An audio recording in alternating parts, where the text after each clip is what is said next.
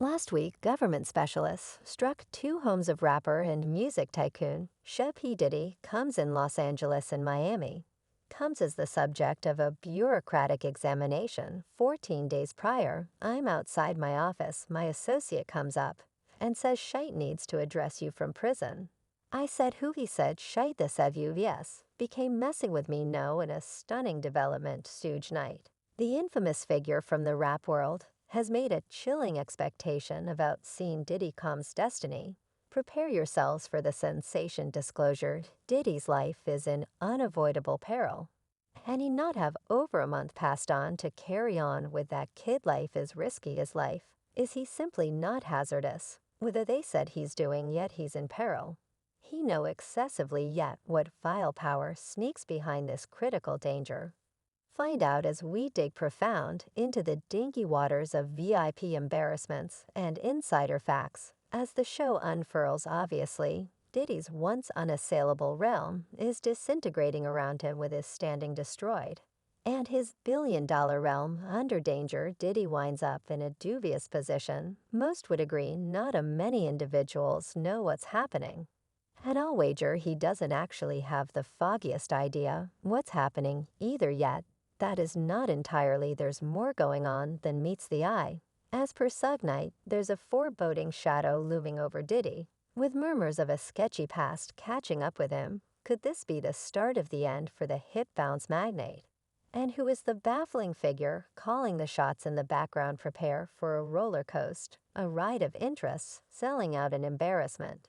As we disentangle the secret of Diddy's ruin, that I would rather not be all in stuff. Were this pessimistic stuff greetings, how would you do I want to converse with enter the wounded venture of Suge Knight and Diddy. Their wild relationship extends back to the mid-90s, when the East Coast-West Coast contention was at its pinnacle. Suge, the considerable power behind Death Row Records, and Diddy, the wise chief of terrible kid diversion, ended up secured in a fight for matchless quality that rose above simple contest. It was a conflict of inner selves, a conflict of titans, with the destiny of hip-jump and limbo individuals. We're beginning to say it's East Coast-West Coast competition, CU.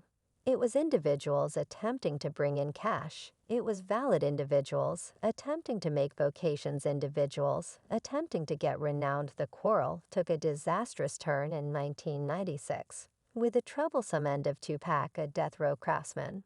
While reality behind Tupac's death remains covered in secret, it creates a long shaded area over Suge and Diddy's, as of now, strained relationship. And Tupac's a legend. Like I said, Tupac wasn't conceived. He was shipped off us. Allegations flew fingers pointed, yet in the midst of the disarray, one thing was clear: the ill will between these two big shots ran profound, quick forward to the current day. And the fight gives no indications of lessening. In a new stunner disclosure, Suge Knight dropped a stunner that sent shockwaves through the business, talking on the gather called Digital Broadcast. Suge guaranteed that Junie Yang, the unbelievable Mike Chief, had trusted in him about the real essence of Diddy and Clive Davis relationship. We were in the workplace, and the Westwood Internal Extension Office. Suge counted. I strolled into Jimmy's office.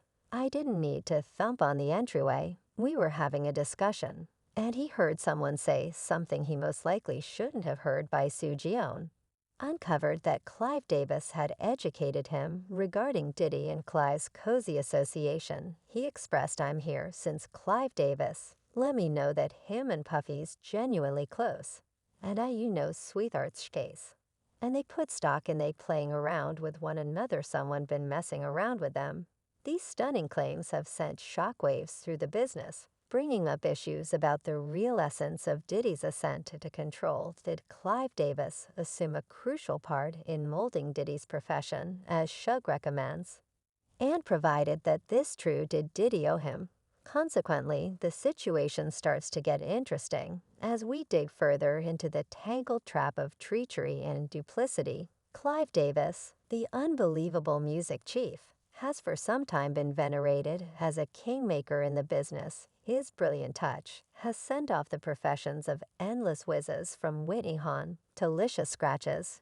Yet might there be a hazier side to his impact? There's no discipline, assuming that they safeguarded by the RO, the adjudicator, the DA in a noteworthy meeting on the Stonewall Secondary School webcast.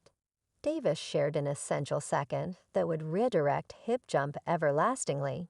He related his gathering with the youthful scene comms, then known as Puff Daddy, who persuaded him regarding the capability of hip jump music. Puffy was 23 years of age, and I knew the craftsman that I had was one sort of music Davis reviewed, yet detecting the hip bounce transformation, both L and I concurred that we could utilize somebody truly sensitive to the road, with Davis supporting Diddy set off on a mission to change the music business, equating hip jump with the standard with momentous behaves, like the famous enormous, yet underneath the marvelousness and charm snuck a more obscure truth. With regards to revamping history, is some have a go at modifying history. Suge Knight's new stunner disclosures have sent shockwaves through the business, stripping back the layers of misdirection that have long covered Diddy's ascent to drive in a staggering turn. Shu unveiled that it was, as a matter of fact, Clive Davis who carried Diddy into the business, forming his vocation and safeguarding him from the repercussions of his activities for a really long time. As per Suge's record, Diddy's apparently unapproachable status was thanks to his assurance, permitting him to avoid the relentless rule of law, in spite of gossipy tidbits about contribution in different crimes. Well, all due regard, the Puffy, you got to acknowledge one thing he didn't get going that way. I'm very certain someone instructed him that. And that is all the more somewhere down in the business. Yet presently, as Suge unfavorably recommends, the tide might be changing for Diddy. The once impervious fort of assurance that Davis gave is by all accounts debilitating, leaving Diddy powerless against the powers he once thought himself. Resistant to Suge's chilling forecast sprouts huge, Did's days might be numbered, with peril shutting in from all sides, assuming that you add all that kind of stuff up, and you'll perceive the way the in the business been based on the mystery rooms. Might it at any point be that Diddy's previous wrongdoings have at long last found him?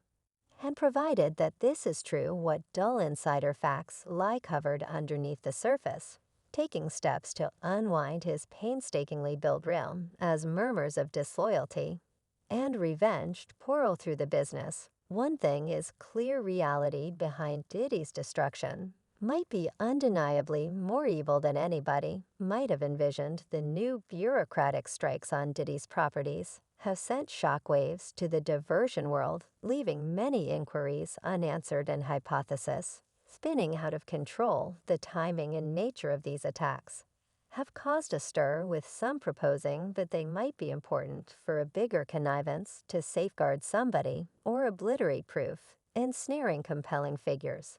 Somebody said that they weren't there to take stuff, they were there to erase everything, like the genuine individuals that were in there. Gracious. That is interesting, and the consequence of the strike subtleties have arisen, illustrating the situation that unfolded. Reports demonstrate that administrative specialists slipped upon Diddy's homes in Los Angeles and Miami with a critical demonstration of power, employing weighty weaponry and executing court orders with military